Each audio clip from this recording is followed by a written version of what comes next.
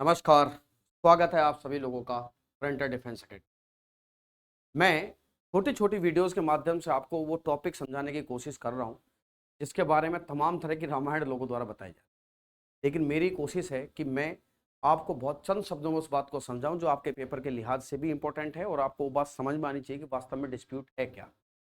कल की कहानी आपको याद होगी, मैंने बताया कि कैसे यहूदा के नाम पर यहूदी बने। क्या बने? यहूदा के नाम पर यहूदी। देखिए, इधर रोमन एम्पायर अपना एक्सपेंशन कर रहा था, तो जब रोमन एम्पायर ने इन लोगों पर अटैक किया तो ये यहूदी पूरी दुनिया की तरफ जाने लगे ना। पूरी दुनिया में यहूदियों का फैलना शुरू हुआ। रोमन एम्पायर के एक्सपेंशन पर मैं कभी दूसरी वीडियो बनाऊंगा और मैं बताऊंगा कि भारत का यहूदियों से क्या संबंध है, कैसे भारत के ऋषि मुनि का भी यहूदियों से संबंध बताया जाता है। इस विषय में मैं कभी वीडियो बनाऊंगा फुर्सत के क्षणों में एकदम। ठीक है, तो आपने क्या देखते हैं कि रोमन आक्रमण शुरू हुआ और यहूदी पूरी दुनिया की तरफ जाने लगे। ईसाई और यहूदियों की आपस में बन नहीं रही है। ईसाई और यहूदी लोगों की आपस में नहीं बन रही, क्योंकि ईसाइयों का आरोप है कि उनके जीसस क्राइस्ट को क्रूसीफाई करने वाले यहूदियों ने ही उनको मोटिवेट किया था। रोमन गवर्नर पोंटियस इनको सूली पर चढ़ा देता है और कहते हैं कि forgive them father, forgive them for they know not what they do. उन लोगों को माफ करना, उन लोगों को नहीं पता है कि वो क्या कर रहे हैं, है ना। यही सबसे घटनाएं शुरू होती हैं और यहूदी और ईसाइयों के बीच में बिल्कुल भी बन नहीं पाती है। और इसी के लिए शुरू होते हैं क्रूसेड्स। क्या शुरू होते हैं? क्रूसेड्स, जिन्हें हम धर्म के युद्ध कहते हैं। किसके युद्ध? धर्म युद्ध।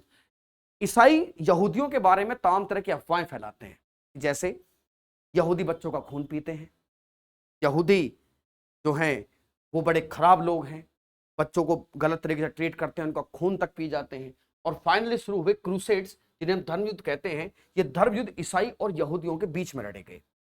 इन्हीं क्रूसेड्स के बाद आप क्या देखते हैं, जो कि पूरी दुनिया में यहूदी अब फैले हुए हैं। एक व्यक्ति, एक जर्नलिस्ट है, द थियोडर हेर्जल। ये पहली बार यहूदियों के अधिकारों की बात करता है और इसी कॉन्सेप्ट को जियोनिज्म कहा जाता है। क्या कहा जाता है? जियोनिज्म। पहली बार बात होती है कि यहूदी लोगों के साथ जिस तरह का हमारी परसेप्शन है, हमारी विचारधारा है, उन पर जो अत्याचार है।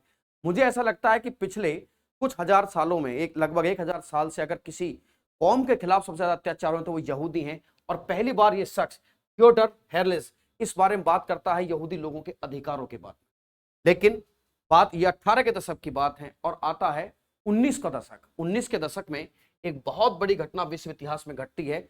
वर्ल्ड वॉर शुरू हो जाता है। वर्ल्ड वॉर इस समय जहां आज का फिलिस्तीन है, यहां पर ऑटोमन साम्राज्य का राज है।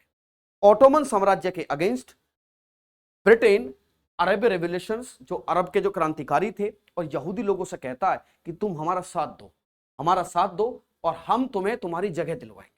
हम तुम जहां के रहने वाले हो, तुम जहां इधर उधर भागे यहां से, हम तुम्हें इसी फिलिस्तीन वाले इलाके में रहने के लिए जगह देंगे। इस बात को कहने वाला था ब्रिटिश मिनिस्टर बेलोफर। कौन है? बेलोफर। बेलोफर का एक स्टेटमेंट मैं कोट करूंगा, जरा यहां ध्यान देखिए। I have much pleasure to conveying to you on the behalf of his majesty's government the following declaration of sympathy with Jews and Zionist aspirations which has been submitted to the approved by the cabinet। बेलोफर कहता है कि Ottoman साम्राज्य से लड़ने में अरब क्रांतिकारी और यहूदी हमारी मदद करें। हम ऑटोमन साम्राज्य को जब जीत लेंगे तो ऑटोमन साम्राज्य के बाद हम आपको इस जगह पर यहूदियों को बसाना शुरू करेंगे। ठीक है, लेकिन हुआ क्या? ब्रिटेन की फितरत में है धोखा देना। ब्रिटेन और फ्रांस इस क्षेत्र को आपस में बांट लेते हैं। ऑटोमन साम्राज्य भी खत्म हुआ, वर्साई की संधि भी होती है। और ऑटोमन साम्राज्य खत्म हुआ तो वादा तो यह किया गया था कि यहां से हम आपको ऑटोमन साम्राज्य खत्म कर देंगे, फिर हम यहूदियों को यहां जगह देंगे, है ना। यहां पर आप हम लोगों को बसाएंगे। और अरब जो चाह रहे थे कि अरबी भाषा बोलने वाले सारे देश एकजुट हों, हम उनको भी जगह देंगे। लेकिन ऐसा कुछ नहीं हुआ और इंग्लैंड और फ्रांस इस इलाके को आपस में बांट लेते हैं, बावजूद इसके कि ऑटोमन साम्राज्य हार गया। इसका मतलब, हाँ, उम्मीद जग गई थी यूनाइटेड किंगडम की। इस बात से यहूदियों को उम्मीद जगी और यहूदियों ने अपने देश की, अपनी जो भूमि है, उनकी जन्म भूमि है, उसकी तरफ आना शुरू किया, जो पूरी दुनिया में थे। प्यारे दोस्तों, इस घटना को आलिया कहा जाता है। क्या कहा जाता है? आलिया। जब पूरी दुनिया में बसे यहूदी अपने उस देश की तलाश में जहां के वो पहले से रहते आए हैं, जिनको वादा किया गया है, उस वो क्या आगे उस तरफ आना शुरू कर देते हैं। किसी कोई ऑब्जेक्शन भी नहीं था, जमीन खाली थी, है ना, आइए रहिए, रहने लगिए। लेकिन धीरे धीरे पता चलता है कि इंग्लैंड अपना वादा पूरा नहीं कर रहा। जिस देश का उसने वादा किया है वो देश हमें अलग देने वाला नहीं है। मैंने बताया कि और उल्टा आपस में बांट लेते हैं। इसी बीच एक विचारधारा पनपी कि हिब्रू भाषी लोग बड़े खतरनाक और बड़े बेकार किस्म के लोग हैं, और इस विचारधारा को फैलाने में योगदान था इसका बहुत ज्यादा, दैट इज एडोल्फ हिटलर। कौन है? Adolf Hitler. और सेकेंड वर्ल्ड वॉर की शुरुआत हो जाती है। सेकेंड वर्ल्ड वॉर में वो यहूदियों के खिलाफ जिस अत्याचार, जिस नरसंहार और मानवता को शर्मसार कर देने वाली घटना का परिचय देते हैं, जिसे होलोकॉस्ट कहते हैं, उससे तमाम तरह के यहूदी इस बात को समझ गए थे कि हमें कोई भी प्यार नहीं करता, हम जिस देश में जाते हैं घृणा के ही शिकार हो जाते हैं, हमें अपना अलग देश बनाना ही पड़ेगा।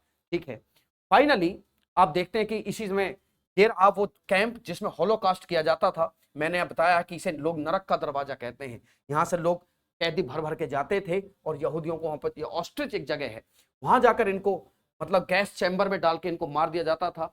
बड़ी ही विभत्स करने वाली तस्वीरें गूगल इमेज आपको मिल जाएंगी।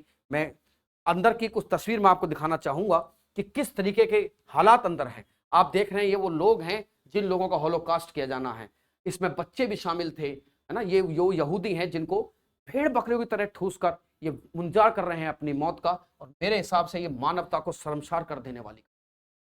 हिटलर भी मारा गया और यूनाइटेड किंगडम को भी समझ में आ गया था कि अब वो दौर है नहीं जिस देर में आप किसी पर कब्जा रख सकें। ठीक है, रूजवेल्ट साहब, यूनाइटेड नेशन बना, और यूनाइटेड नेशन बना तो इन लोगों ने कहा कि भैया हम यहां से सब कुछ छोड़ के जा रहे हैं और हम चाहते हैं कि इजराइल बन जाए, हम चाहते हैं कि एक अलग देश बने। ठीक है, लेकिन ये हम नहीं कर पाएंगे भैया। वो अपना वहां से भाग गए और भागने के बाद ये काम सौंप गए किसको? यूनाइटेड नेशन को। और यूनाइटेड नेशन के द्वारा एक बंटवारा किया गया 1948 में। यूनाइटेड नेशन के द्वारा एक नए देश की नींव रखी गई। आप पैलेस्टीन पोस्ट की एक न्यूज देख सकते हैं, the state of Israel is born 1948। 1948 में ये बना ये देश। अब अरबी लोगों को भी पसंद नहीं आ रहा था, उन्होंने कहा कि ये क्या कर दिया हमारे साथ, जमीन हमारी, अरब लोगों की भूमि, आपने इजराइल बसा दिया। और इसके बाद उस घटना की शुरुआत होती है जो घटना आपके मेन कंसर्न में है, जिसको हम कहते हैं इजराइल फिलिस्तीन विवाद। कौन सा विवाद? इजराइल फिलिस्तीन विवाद। तो इस वीडियो में आप क्या समझे? इस वीडियो में आप समझे कि इजराइल जो बना, इजराइल बनने के पीछे क्या कहानी है और कौन से घटनाक्रम इसके पीछे जिम्मेदार थे।